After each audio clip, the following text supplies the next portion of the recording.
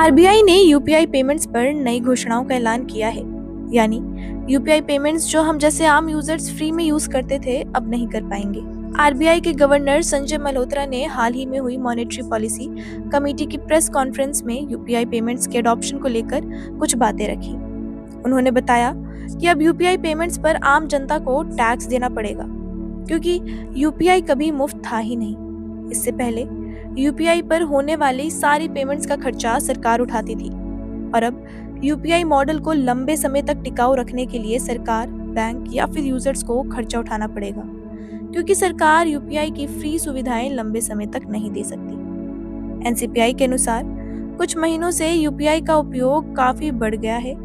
इनकी रिपोर्ट्स के अनुसार जुलाई 2025 में यूपीआई पर हो रहे लेन देन ने कुल 19.47 अरब का रिकॉर्ड बनाया, जो 25.8 लाख करोड़ रुपए के बराबर है, और मई के 25.14 लाख करोड़ रुपए के बाद रिकॉर्ड पर दूसरा उच्चतम लेन देन मूल्य माना जा रहा है। पिछले साल से इस साल करीब 32% की बढ़ोतरी हुई है। Some of the banks have actually started applying charges on UPI to payment aggregators and merchants of some categories. Governor Sir had in his earlier public remarks mentioned that UPI can't be free forever. So from a regulatory perspective, do you allow banks to, because this is no MDR, so they are somehow, wanting to monetize this particular thing. Any views in this regard? Thank you. Well, let me come in first, and then I'll pass the floor, to DG Ravi Shankar.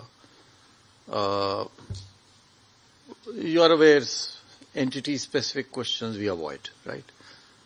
But, saying that I said that it cannot remain free forever, I never said that. I'm sorry. I want to clarify, I never said that it can remain free forever. The question was, I think, to the effect that whether do you see that the MDR, etc., will be charged on consumers. And I said over there that there are costs. What is important, I said, is that there are costs, and these costs have to be paid by someone. Who pays is important, but not so important than someone footing the bill. And so it is important for us, for the sustainability, that whether collectively or individually someone pays for it. So I never said that. अब इतने बड़े volume transaction को चलाने के लिए एक model की आवश्यकता होती है।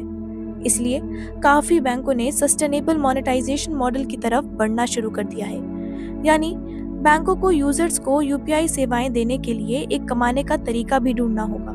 इसलिए आईसीआईसीआई बैंक ने यूपीआई पर टैक्स लेना शुरू कर दिया है, जिसमें जिन लोगों के पास एक्सट्रो खाता होगा उनको 0.02% यानी 6 रुपए तक का टैक्स देना होगा, और जिनके पास नहीं है वो 10 रुपए तक का टैक्स देंगे। इसके साथ बाकी बैंकों ने ये मॉडल अपनाना शुरू कर दिया है। अब सरकार ने जब इस ट्रांजैक्शन पर टैक्स लेना शुरू कर ही दिया है, तो आने वाले समय में यूपीआई यूजर्स को हर पेमेंट में अधिक लागत का सामना करना पड़ सकता है। News report, India.com।